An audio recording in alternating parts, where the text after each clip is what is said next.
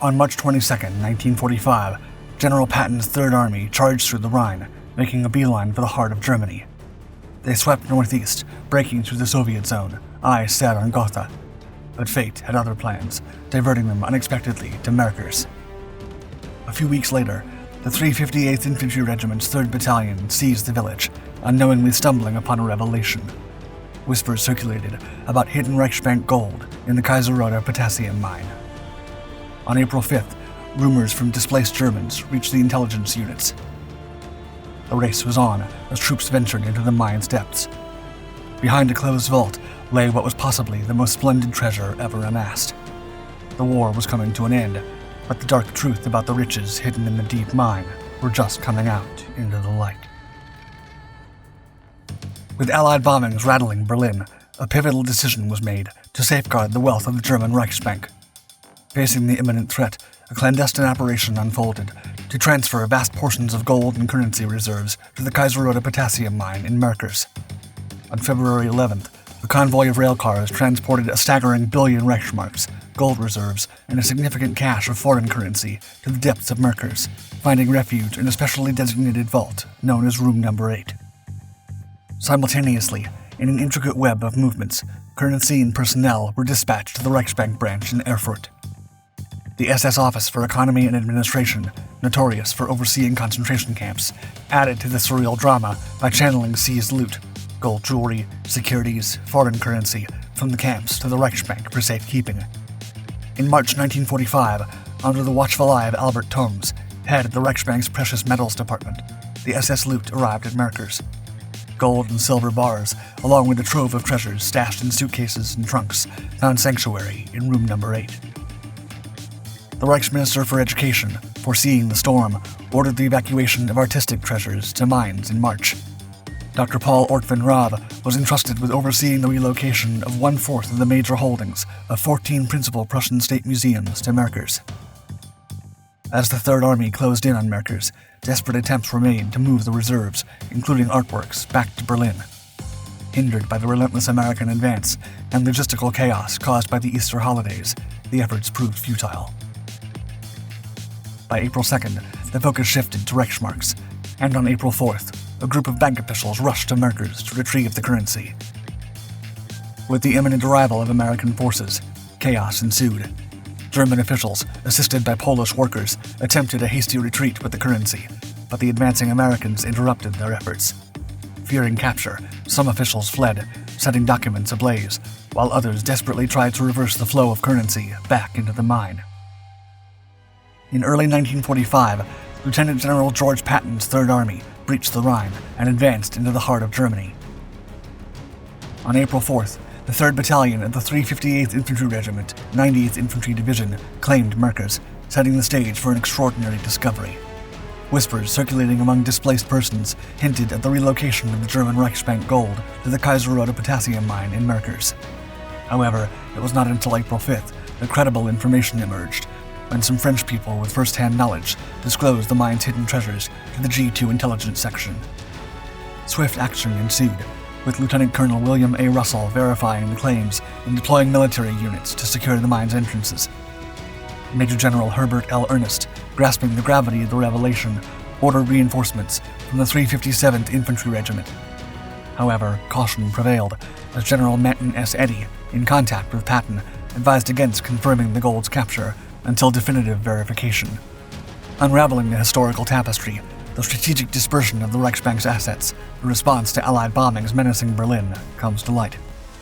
In February 1945, President Walter Funk orchestrated the transfer of gold reserves valued at $238 million to the Merkers mine for safekeeping, shielding Germany's financial lifeline from the ravages of war. If validated, the capture of the German gold reserves in Merkers bore immense strategic significance, potentially dealing a decisive blow to Germany's capacity to procure vital war materials and hastening the war's end.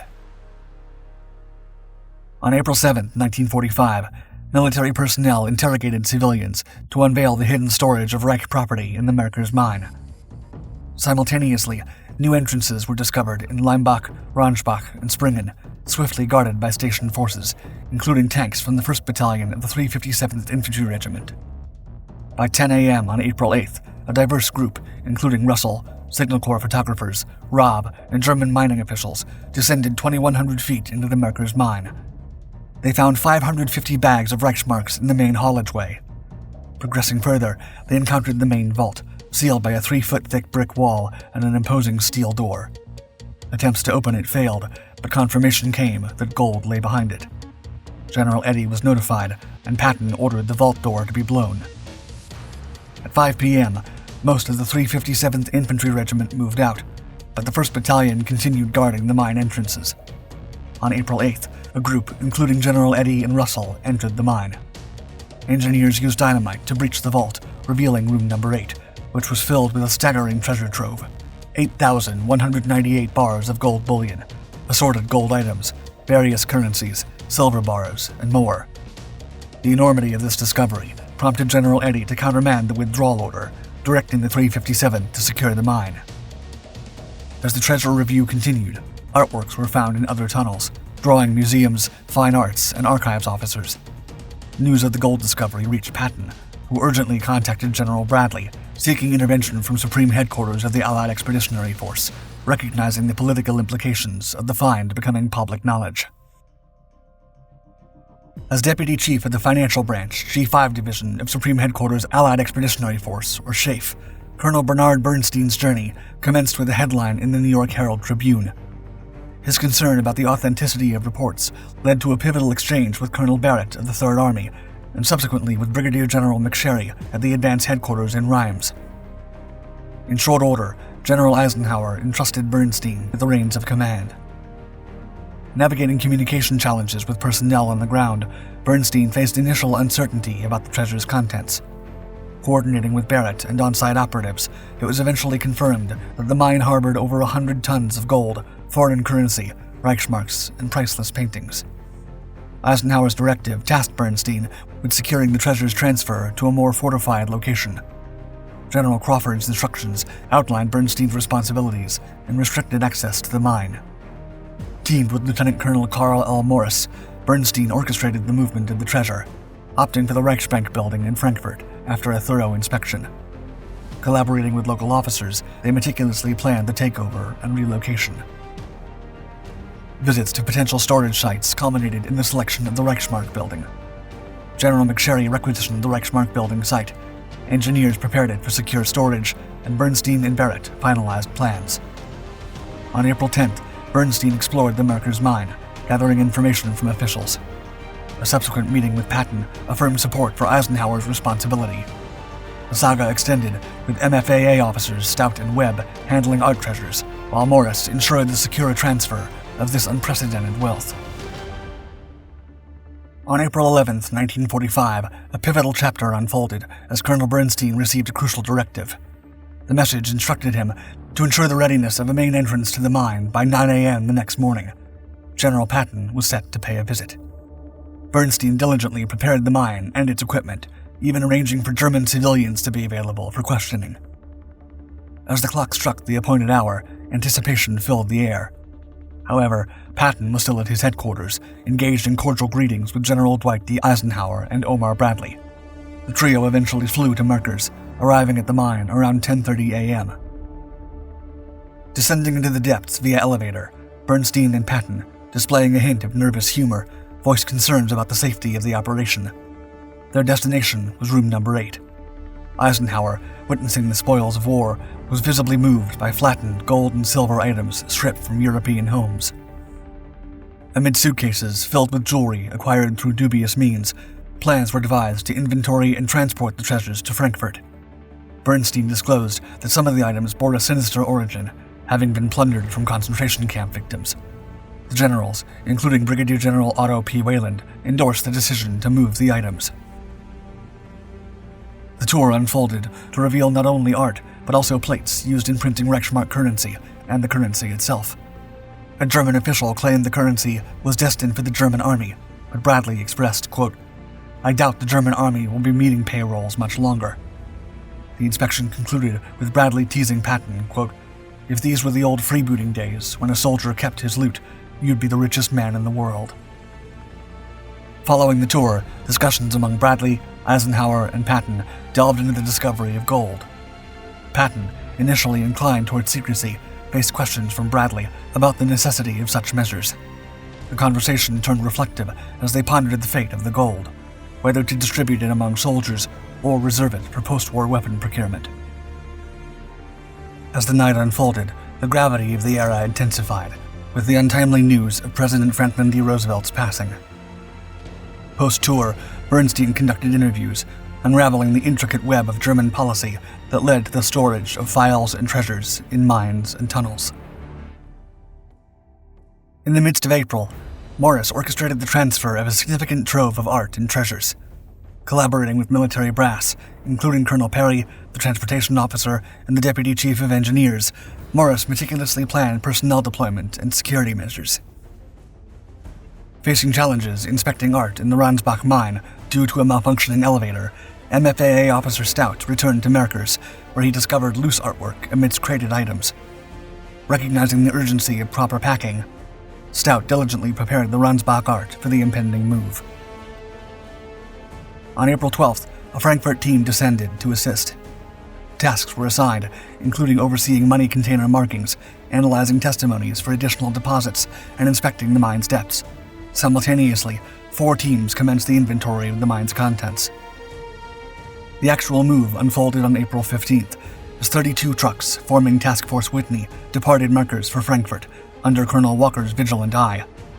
Escorted by infantry and military police, the convoy began a meticulous unloading process supervised by Bernstein. Concurrently, preparations for art transportation unfolded. Loading commenced on April 16th. Bernstein, wary of hidden assets, proposed a post-move plan to search for Nazi gold. The art convoy, now named Task Force Hansen, departed for Frankfurt, guided by Stout and Captain Dunn. The unloading and storing of artwork were completed that day, signifying the successful relocation of both treasure and art. The Allied forces stumbled upon a trove, a cache of gold, silver, and currency, appraised at a staggering $520 million, was laid bare before astonished American soldiers. This unprecedented discovery, however, would not only unravel tales of immense wealth, but also cast a haunting shadow of potential war crimes committed by the SS. A set of meticulous account books from Tom's Precious Metals Department, outlining the Reichsbank's gold holdings, became a crucial piece of the puzzle.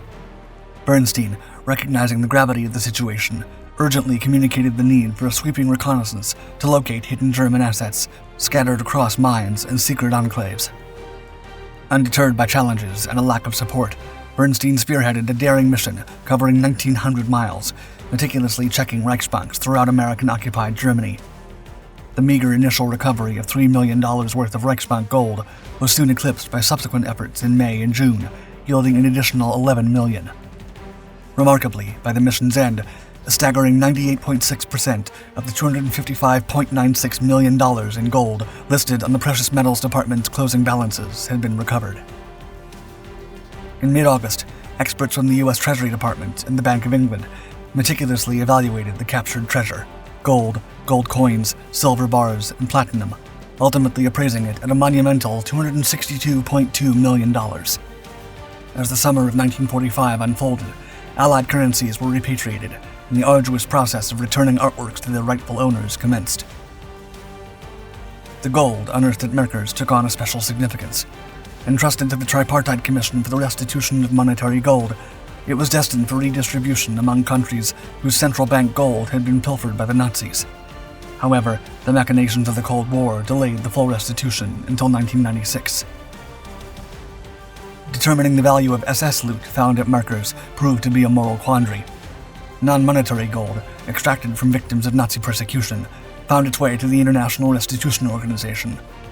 Bernstein's exhaustive reports became instrumental in the Nuremberg trials, where Walter Funk was held accountable.